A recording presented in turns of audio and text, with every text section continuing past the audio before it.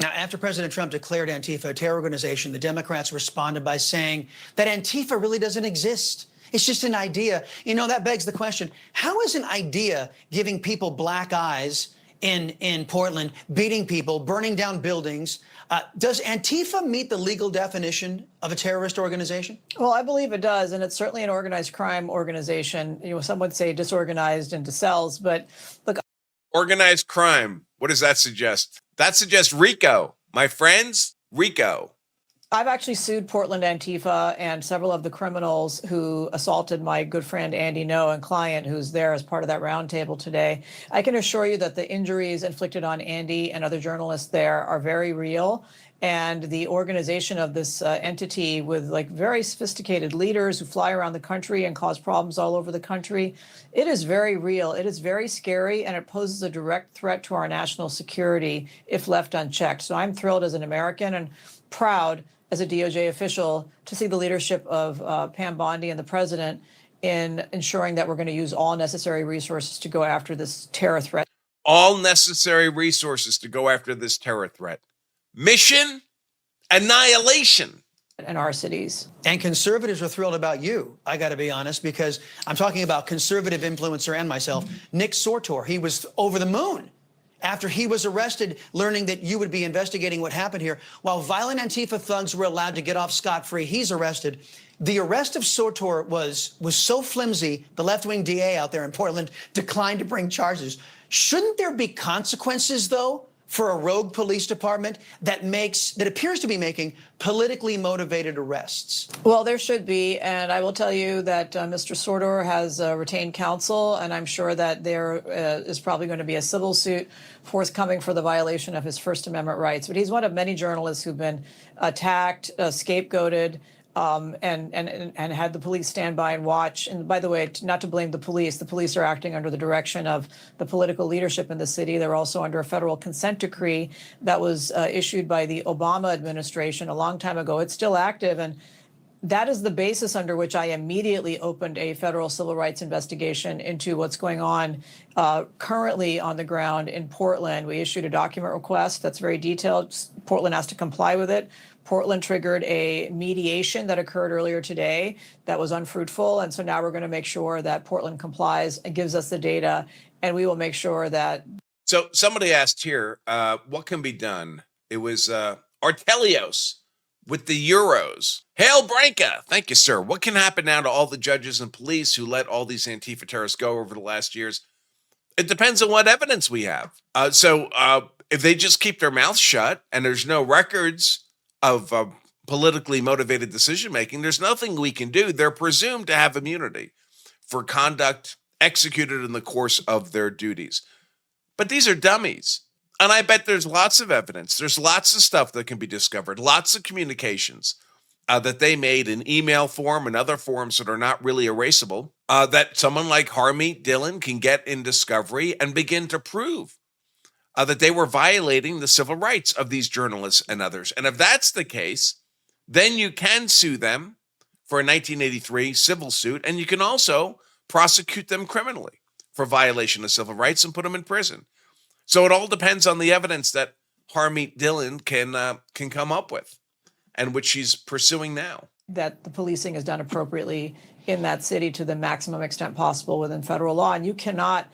And by the way, you know, like the Biden and Obama administrations, their Department of Justices did this kind of looking for dirty laundry in police departments all the time. There are scores of police departments around the country that are under consent decrees put in place by Democrat federal governments, departments of justice, where essentially the federal government has, for all practical purposes, began operating that local police department. The Trump Department of Justice can do that too. As police and as a city, go after journalists while you allow criminal gangs to run free. That is not a thing we can do here in America. I did want to share a couple of video clips that came out after the meeting. One is of the right-wing journalists and influencers, pro-America journalists and influencers after the event. And then there's a little video clip of one of my favorite people, even though I think she unfollowed me on X, Department of Justice Civil Rights Division head Harmeet Dhillon and her thoughts on that Antifa roundtable. Let's start. And, and of course, the great Cam Higby. Taken down. The tents got taken down. Oh, we've got Nick. I see Nick Sortor over there. Nick, come here. Come here. Nick, Brandy. Let's go. And Brandy. All right, he'll be back. Nick will come back. Brandy Krause is here. Brandy Cruz, Antifa fever dream. Antifa's fever dream. Sab, tell us what this means that President Trump has finally convened this roundtable. This is huge, Jack. This is historic. As we were walking up today, I was asking the boys if they were ready to make history today. Antifa has been terrorizing American citizens for almost a decade at this point. So to have the president of the United States bring all of us together who have been beaten, harassed, threatened, you name it, to come and tell our stories in front of the nation is huge and historic. And again, it's just an honor to be here with Andy, with all of the other reporters around me who have put the time and effort in, who have shed literal blood to show Americans what's going on. Well, and speaking of which, we are here with Andy No. And Andy, from the times that you've been attacked by Antifa multiple times, and I remember first interviewing you about this years ago, did you ever think at that moment that you would be here in the White House itself briefing the President of the United States about these networks and about what happened to you? No, I still remember those days when I was posting into the ether on Twitter with a very small following. And so I don't take any of this for granted. I'm thankful that my journalism has meant something to enough Americans and now those in the administration that they're giving me this opportunity to speak. It's come at a heavy cost to myself, but I've shared that burden with the men and women who are standing next to me here. God bless you for being here. God bless you. Brandy, you and I, we've never met in person, but it's good to finally meet you. But we sort of connected through Chaz, and I was there and you were reporting on it, and I couldn't tell people that I was there. Walk me through, because you come to this not from a partisan perspective at all, but you're just talking about what happened in that city of Seattle, and yet you face so much pushback for just telling the truth. Yeah, there's this misnomer that's being pushed that it's just, right-wing media that's being assaulted by Antifa. It's not true. Most of my career has been in legacy media. Both Jonathan and I worked in TV news in Seattle around the same time, and I was a TV news reporter in Seattle when CHOP happened. And I've been covering Antifa for 15 years. And so this idea that it's just, right-wing agitators who are, forcing Antifa to have to assault them because their presence is so triggering, they have also assaulted many mainstream journalists.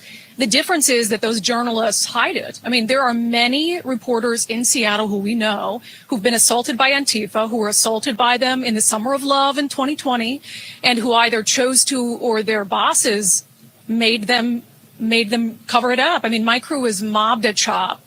We had to seek refuge in a fire station. And I remember this. Yes. Yeah, I remember when this happened. Yes. I mean, it was a horrifying ordeal. I had been a favorite target of theirs. And I think one of them, me as a journalist, it was actually kind of my red pilling moment. I posted the raw video without asking my bosses at the time because I knew the answer would be no. So I just posted it, did it, asked for forgiveness later. They couldn't take it down once it was up. Better to ask for forgiveness, yes. Because, they weren't showing the reality of, they called it the summer of love, and that shows everything. And I'll go to Jonathan as well. I have to imagine, is this your first White House roundtable? Yeah, this is the first time I'm here. I'm the rookie in this group. Wow. And everyone else is the veterans here. Well, welcome Thank you. to the White House. And, it's a real credit to the administration for being able to hold something like this. I've seen you go toe to toe with these guys so many times. Why do you think it is that there's so much pushback for describing this story, and yet, if you were talking about some street gang or anything like that, there'd be no problem? Well, I think Antifa has gotten away for so long without any accountability. And when you have the handful of truth tellers surrounding me right now, the people actually telling Americans what's happening, this type of... That's the end of that clip. I do want to say, I think it's brilliant of Trump to bring these people in.